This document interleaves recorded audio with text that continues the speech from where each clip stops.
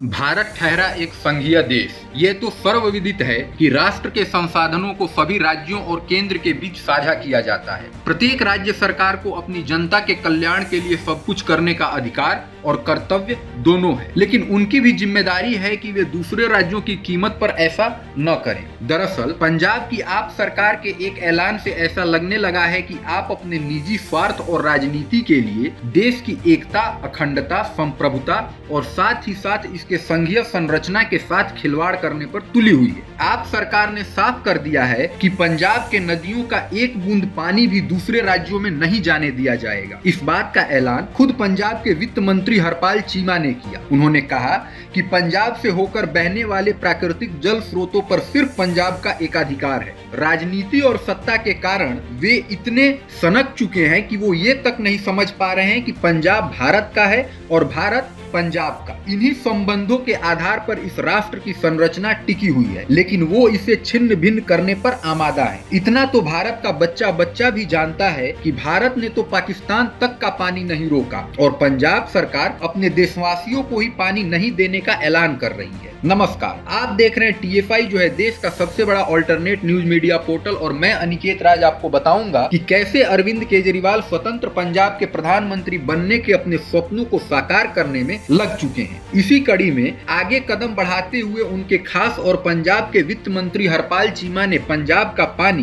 भारत को ना देने का फैसला किया है और एक स्वतंत्र राष्ट्र के प्रतिनिधि की तरह बयानबाजी करते हुए पंजाब के नदियों पर सिर्फ पंजाब का अधिकार बता दिया है। तो अविलंब प्रारंभ करते हैं। आपके सत्ता में आने के बाद से ही पंजाब में एक के बाद एक राजनीतिक विवाद चल रहे हैं। अब सतलुज यमुना लिंक विवाद भी एक राजनीतिक विवाद में परिवर्तित हो चुका है। यह राज्य में केजरीवाल नेतृत्व की अक्षमता का एक प्रत्यक्ष साक्षी बना है। आपने भी साफ कर दिया है कि पंजाब से पानी की एक बूंद भी दूसरे राज्य में नहीं जाने दी जाएगी। इस बात का ऐलान खुद पंजाब के वित्त मंत्री हरपाल चीमा ने किया। उन्होंने कहा कि इसके पानी पर सिर्फ और सिर्फ पंजाब का ही अधिकार है। आगे बढ़ते हुए चीमा ने यह भी कहा कि पानी की एक भी बूंद दूसरे राज्यों में नहीं बहने दी जाएगी। हम पंजाब के तटवर्ती अधिकारों की रक्षा के लिए कोई भी बलिदान देने को तैयार हैं। मुझे आश्चर्य है कि जो पार्टियां अब इस मुद्दे को उठा रही हैं, उन्होंने ही अपनी अपनी सरकार में बारी बारी से इस मुद्दे को हवा दी। वे इस संवेदनशील मुद्दे पर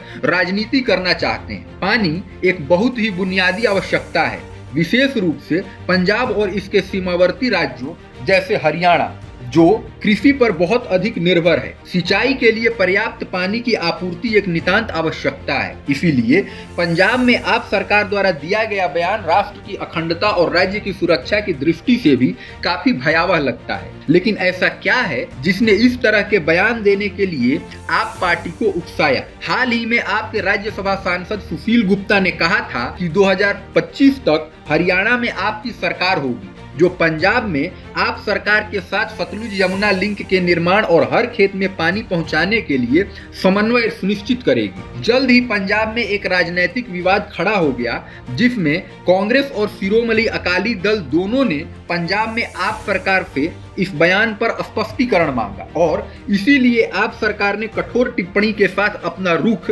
हरपाल चीमा के माध्यम से स्पष्ट करने का फैसला किया होगा। जब पंजाब और हरियाणा की बात आती है तो यह परियोजना हमेशा एक विवादास्पद मामला रही है। पंजाब रावी ब्यास नदी के पानी के अपने हिस्से के पुनर्मूल्यांकन की मांग करता है, जबकि हरियाणा अपने हिस्से का पानी पाने के लिए नहर परियोजना को पूरा करने की मांग करता है। लेकिन अंत में विवाद एक कानूनी प्रशासनिक विवाद है, जिसे उचित तंत्र के माध्यम से हल किया जा सकता है। यह कहना कि दूसरे राज्यों को पानी की एक बूंद भी नहीं दी जाएगी, देश में किसी राज्य सरकार को लाभ नहीं पहुंचा सकती। आखिरकार हर राज्य के लोगों को पानी जैसी बुनियादी आवश्यकताओं को पूरा करने के लिए और जीवन निर्वाह करने का अधिकार है। हाँ, किस राज्य में कितना पानी जाए यह विवाद का विषय हो सकता है, लेकिन हम किसी एक राज्य से यह उम्मीद नहीं करते कि वह दूसरे राज्य में पानी की एक बूंद भी नहीं जाने देगा। परंतु आप सरकार के अपने अलग एजेंडे हैं। एक ओर जहां मोदी सरकार नदियों के जल बंटवारे को हल करने के लिए संविधान संशोधन कर न्यायिक प्राधिकरण बनाने का अथक प्रयास कर रही है, वहीं दूसरी ओर